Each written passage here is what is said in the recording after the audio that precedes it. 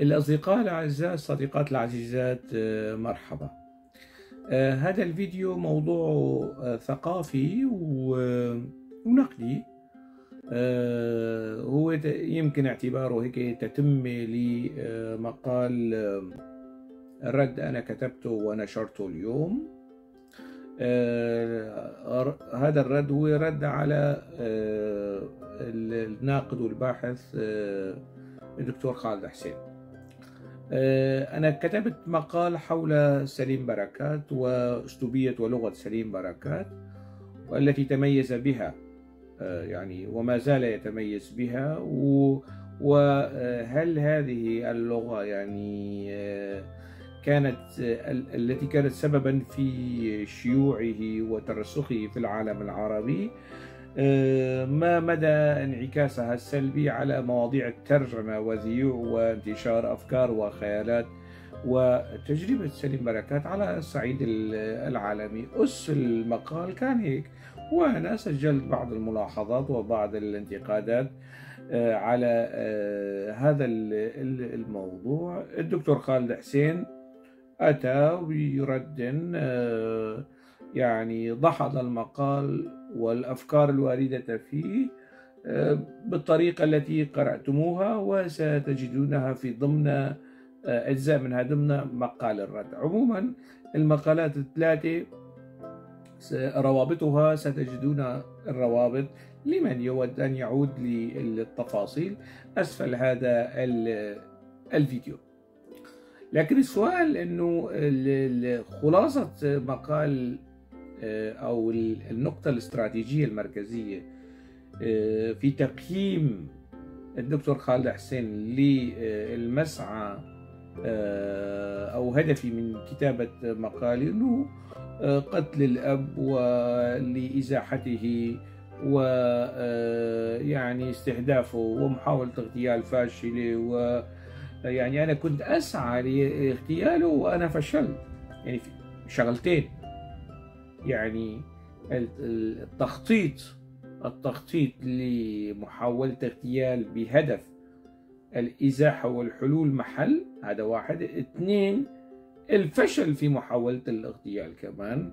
يعني تهمتين لا تستهدفان فقط المقال، تستهدفان صاحب المقال، كاتب المقال. هو بإمكانه أن يقول لا وهذه نظريات وكذا كذا، يعني لكن من يتبنى هذه النظرية ويسقطها، أو من يأتي بهذه النظرية ويسقطها على تقييم ويجعلها ميزانا يقيم بها مقالي ومسعي، فهذا يعني أنه يميل إليها إن لم يكن يتبناها 100%. لكن السؤال هنا، يعني لنفترض جدلا، وافتراض المحال ليس من المحال، أنه أنا أريد زحزحة سليم بركات. لماذا؟ يعني ما الموجود في سليم بركات يعني يثير شهيتي أو حسدي أو غيرتي كي أحصل عليه؟ الشهرة. يعني أنا الآن صار لي 20 سنة عم بكتب، سليم بركات صار له 50 سنة عم يكتب، من 73 وحتى الآن، وأنا لنقل من 2001 بدأت الكتابة أو التفرغ للكتابة.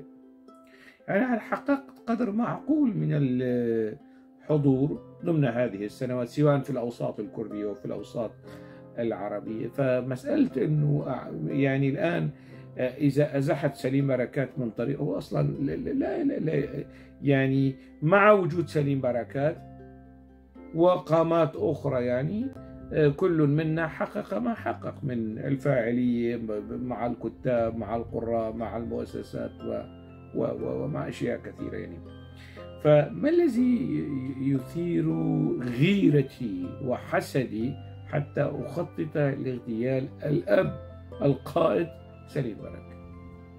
وهذا هو يعني السؤال الاستراتيجي لهذا الفيديو.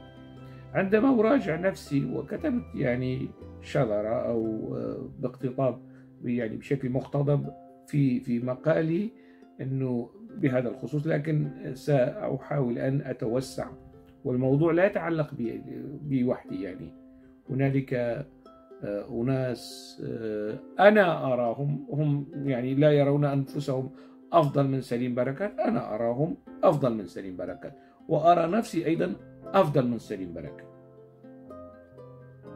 لماذا؟ على الصعيد يعني نفصل الموضوع أكثر. يعني على الصعيد القومي، لأن هوياتنا مركبة، يعني الكل يعرف سليم بركات على أنه كاتب كردي سوري يكتب باللغة العربية، شعرا ونثرا ورواية. على الصعيد القومي، دفاعي عن حقوق الأكراد بوصفهم مظلومين مقموعين، وليس فقط بوصفهم أبناء جلدتي، يتجاوز بسنوات ضوئية دفاع سليم بركات عن حقوق الأكراد في الصحافة الكردية، في الصحافة العربية، وحتى في الصحافة التركية، حتى في الصحافة التركية يعني بشكل أو بآخر. دفاعي عن حقوق الأكراد بوصفهم مقموعين، ويعني قضية الأكراد إحدى قضاياي العادلة التي أتبناها. هذا على الصعيد القومي. كتابتي بلغتي يعني بني جلدتي، اللغة الكردية واللغة العربية بالتوازي، يعني هذا أيضا إسهامي في الثقافة الكردية باللغة الكردية وباللغة العربية، يعني يتجاوز يعني إسهامات سليم بركات في الثقافة الكردية. طبعا هو لا يكتب باللغة الكردية، فعلى ماذا أحسده في هذه ضمن الحيثية أو الدائرة القومية؟ حتى على مستوى كتابة المقال والبحوث والدراسات السياسية منها والثقافية، يعني هذه خرجنا منها. على الصعيد الوطني والإنساني والتفاعل مع قضايا الشعوب المضطهدة المقموعة التي تشابه في عدالة قضيتها عدالة القضية الكردية، ولنقل القضية الفلسطينية نموذجا، لدي حتى الآن 3 أعمال روائية صدرت باللغة العربية، ويعني العديد من الدواوين الشعرية. مستوى تفاعلي مع القضية الفلسطينية وحضور القضية الفلسطينية في أعمالي الروائية حاليا حتى هذه اللحظة، وبين يدي عمل رابع أيضا تحضر السردية الفلسطينية فيها، يتجاوز حضور السردية الفلسطينية ضمن أدب سليم بركات، والبينة على المعترض، والدكتور خالد حسين، الدكتور صبحي الحديدي، يعني نقاد سليم بركات بإمكانهم أن يأتوا ويقولوا لا بدليل 1 2 3 4 بما لديهم من قرائن وحجج وبينات. هذا على الصعيد الإنساني. أنا دافعت عن الشعب الفلسطيني في مواجهة المتطرفين الأكراد أكثر من سليم بركات، ودافعت عن الأكراد في مواجهة المتطرفين العرب والفلسطينيين أكثر من سليم بركات. مجمل هذه التركيبة فيما يتعلق بتبني القضايا الإنسانية والقومية هو حضورها في سلوكي الثقافي الشعري الروائي يتجاوز سليم بركات. على ماذا أحسده في هذا المقام؟ هو لا يحسدني، هذا شأنه، أنا أيضا لا أحسده في هذا الخصوص. إذن طبعا هذا الكلام ليس موجها لسليم بركات، هذا الكلام موجه لنقاد سليم بركات. ويعني يحضرني يعني حادثة، يعني معذرة على المقارنة لكن تجوز المقارنة، حادثة سقراط عندما اتهم ب يعني تحريض الشباب على مناهضة آلهة أثينا، فقال قولي بسيطا: والمشكلة ليس مع الآلهة، مشكلتي مع طرائق التعامل مع الآلهة في هذه البلاد. يعني أيضا أنا مشكلتي ليس مع سليم بركات إطلاقا، بل أنا منحاز لسليم بركات، ودافعت عن سليم بركات عندما تعرض لهجوم وهو يعلم ذلك، ودفاعي عنه كان دفاعا مختلفا مميزا، حظي بقدر كبير من المتابعة، وغير في بعض الأفكار لدى بعض الناس. سئل يعني أنا أيضا مشكلتي ليست مع سليم بل مع نقاد سليم بركات الذين يعصمونه عن الخطأ وعن التأثر ويرفعونه إلى المقامات العلى، يعني إلى الدرجات العلى ومصاف الإعجاز الكوني الذي ليس كمثله شيء.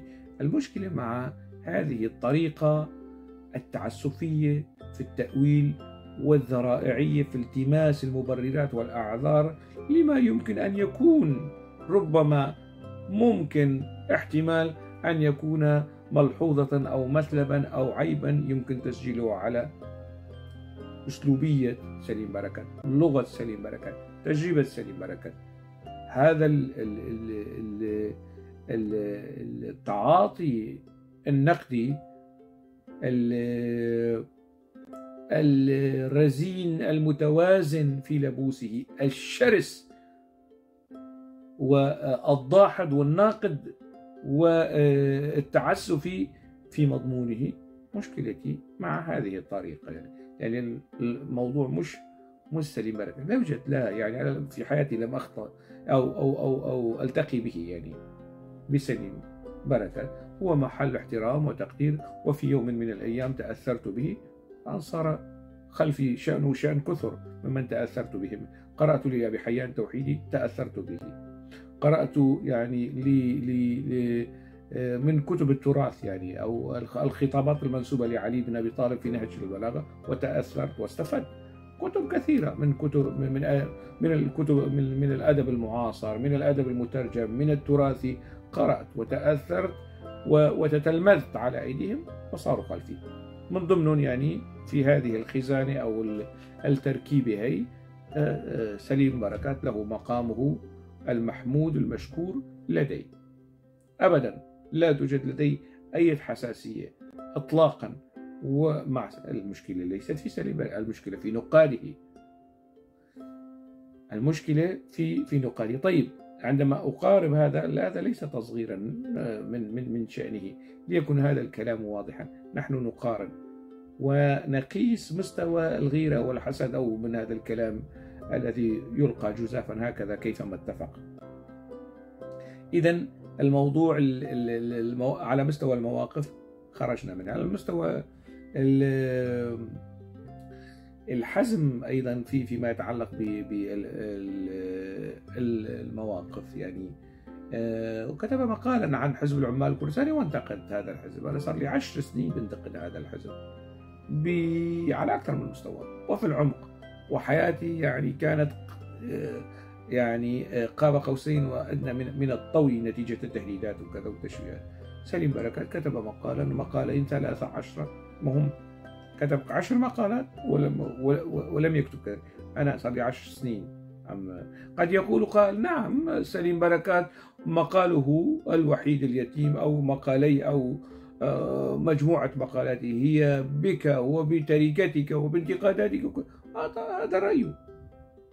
هذا رأيه يعني فيما يتعلق بفقه التقديس وتأويل ممكن أن يقول يعني، لكن على الصعيد الشخصي لا أحسده أو لا أغار منه فيما يتعلق بالمواقف المبدئية السياسية فيما يخص الكرد أو العرب أو أي القضايا. يعني أنا كان اجتماعي، أتفاعل مع الناس وأتواصل ومنطقي في العلاقات الإنسانية، أقرب إلى تلك الأغنية لعبد الحليم حافظ، يعني ضحك وجد ولعب وحب. لا أعتزل الناس حتى الآن مش هيك يعني. فشخص متفاعل مع المدن والأمكنة والنساء والبيئة والأشجار وكذا، يعني على ماذا يحسد الشخص الذي اعتزل الناس واعتكف وكذا؟ لا أحسده يعني كي يعني هذه عزلته لا تشكل حجر عثرة أمامي كي أزيحها. نظريات قتل الأب والمسائل هي كلياتها على أنها كانت يعني تسقط بهذه المقاربات. يعني شخصيا أنا أجد نفسي في الكثير من الأمور أفضل من سليم بركات، وأجد هيثم حسين الكاتب والروائي والناقد أفضل من سليم بركات. نعم، أو أفضل من سليم بركات، وأجد جان دوست أفضل من سليم بركات على وفق هذه المعايير. صحيح وليس مشهور، كل الذين سأذكرون يعني أسماءهم هم ليسوا بشهرة سليم بركات، أو ربما يوازون شهرة سليم بركات في العالم العربي، لكن مختلفون يعني. لكن أنا أعتقد أنه مع حسن في فرنسا معروفة أكثر من سليم بركات. خالد خليفة وهو يعني الكاتب السوري المعروف، معروف في ألمانيا وفي أوروبا أكثر من سليم بركات. نزار آجري كمان بشكل أو بآخر معروف ومحقق ومكرس، وسيحظى لاحق وفاعل فيما يتعلق بالترجمة. والآن نتجه إلى الرواية، يعني هو أفضل من سليم بركات بكثير. مروان علي في نصه الشعري السلس المرن العذب الرقراق في تعامله مع البيئة ومفردات البيئة وما إلى ذلك أفضل من سليم بركات شعريا. أفضل أفضل أفضل. هذه السهولة الصعبة، هذه السهولة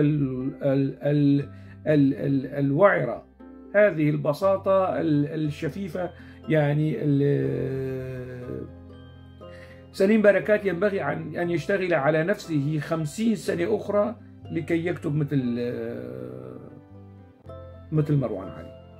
وأفضل من يعني أفضل من ما هذا الرهاب والذعر الذي يثيره نقاد سليم بركات في ترجيحه على كتاب كرد وكتاب سوريين آخرين أو كتاب عرب أو كائن من كانوا. طبعا هذه مسؤولية لا يتحملها سليم بركات، يتحملها نقاده. إذن يعني ما هي تلك المساحة المفقودة لدي ولدى كتاب كرد كثر يكتبون بالعربية أو بالعربية والكردية، موجودة لدى سليم بركات وغير موجودة لدينا، حتى نحسده ونخطط لعمليات اغتياله. غير موجود.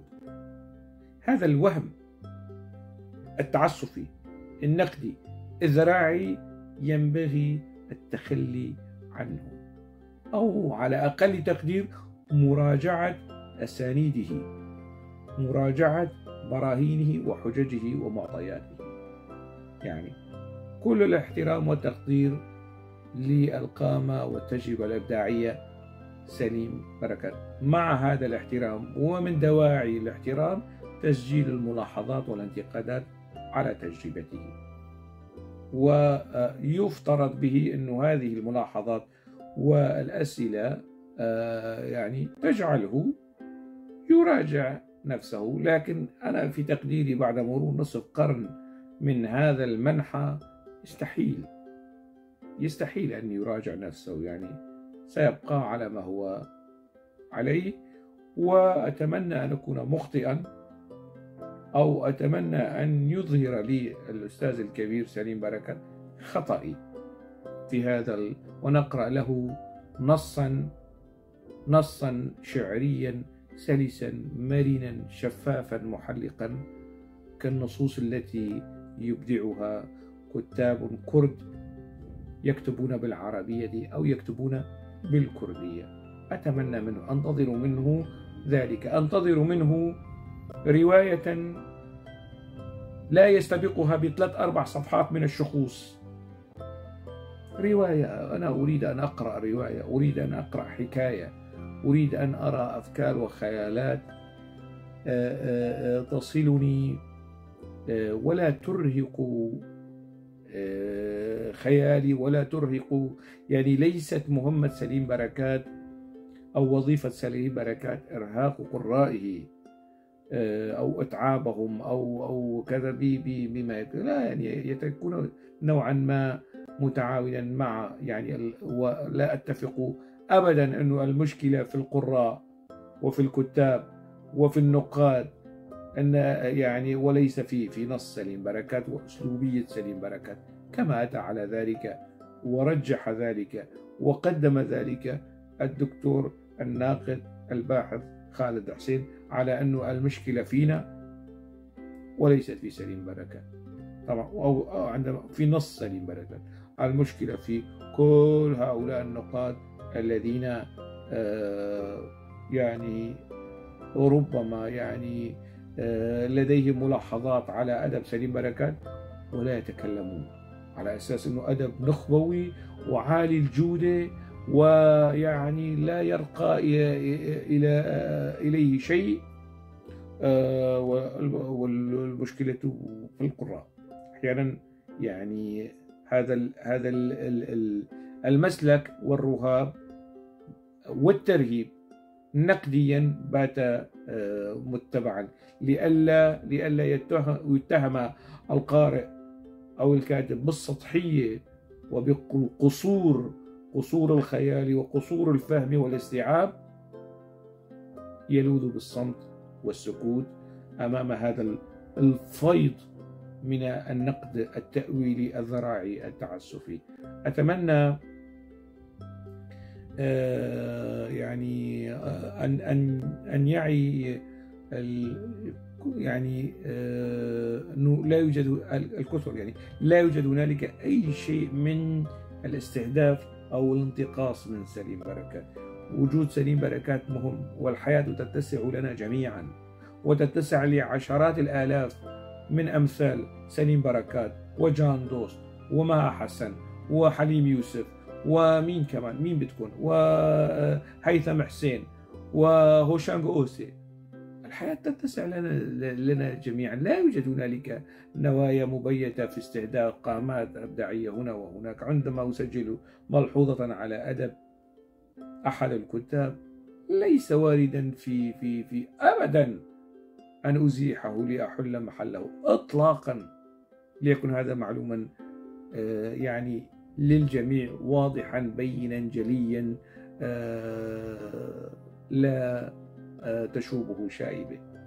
على أمل اللقاء بكم في موضوع آخر، وسنلتقي قريبا في موضوع آخر له بشكل أو بآخر علاقة بالنقد الذراعي والتعسفي الذي يلتمس الأعذار والتأويلات ويعني في مقدوره قلب العيوب محاسنا بطريقة، يعني طريقة قلب العيوب والمثالب والمشاكل على أنها محاسن النص. هذا هو النقد الذراعي الذي عنيته في مقالي وعلى الفيسبوك. لحين موعدنا القادم